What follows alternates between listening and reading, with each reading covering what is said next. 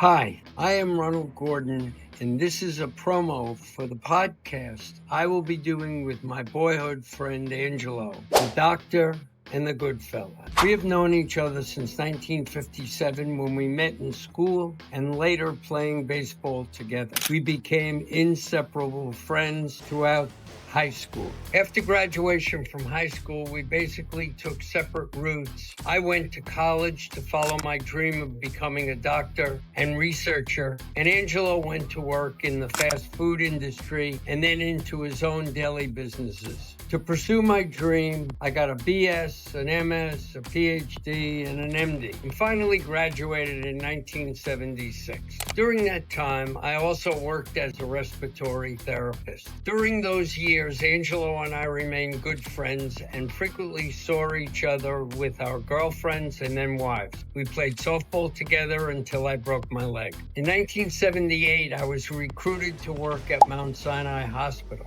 and medical school, and initiated a divorce from a wife who was financially cheating me. I moved into New York City, did continue to play softball and visit with Angelo. Within 6 months at Mount Sinai, I met my current wife on a blind date. However, the wedding was postponed because of illegal things her family was engaged in. At around the same time, we attended a Christmas and New Year's party at Angelo's house, and I was introduced to some unsavory people that Angelo was now associating with, who were quite similar to those that caused me to call off the wedding. Angelo and I did not see each other from that point for many years. We kept in touch intermittently by phone, but because I was working, doing clinical work, research, and teaching, it was difficult to see one another, and I didn't like the people he was associating with. With the Sicilian Mafia related issues over, we married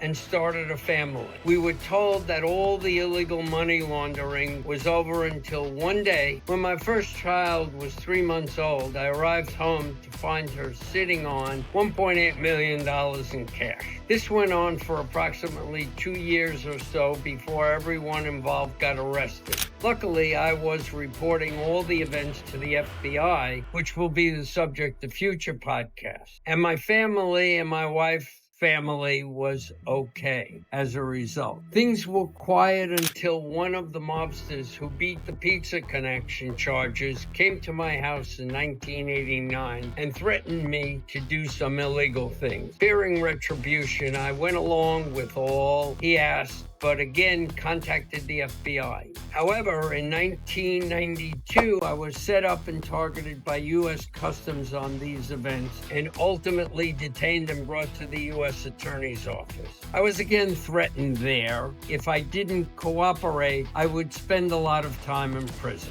I agreed to do as asked and was released to go home. I contacted the FBI agent who I'd been feeding all the information to, and he hung up on me and disappeared. He left me hanging. After taping the participants arrested were made, I ended up in protective custody on Governor's Island for 4 months before I was admitted to the Witness Protection Program because my wife's godfather ordered my father-in-law to kill me. My family joined me for 2 months in the summer, but in the program, I could not practice medicine and was left doing carpentry and cabinet making. The specifics of the Witness Protection Program will be discussed in future podcasts as well. My wife had no intentions of staying. Therefore, at the end of August, we all returned to New York and back to my job at Mount Sinai with the risk of being killed. Once back, I continued my work with the respiratory and vascular diseases I was researching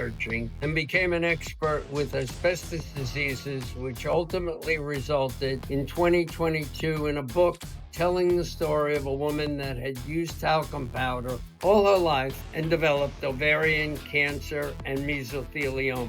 In yet another podcast, I will go into what happened to that woman and why I wrote the book. Prior to writing the book, I reconnected with Angelo and learned what was going on with him and what happened with his marriage and his son and his incarcerations. I then also took all the notes I wrote regarding the illegal events violence and the protective custody and witness protection, and turned it into a book that Angelo and I will discuss in a number of podcasts. Remember to tune in to the Doctor and the GoodFella podcast to learn how our lives paralleled, then diverted, and finally came back together. In addition, learn about our lives events, and I will bring on doctors to discuss many issues common to listeners and listeners' queries. Thank you.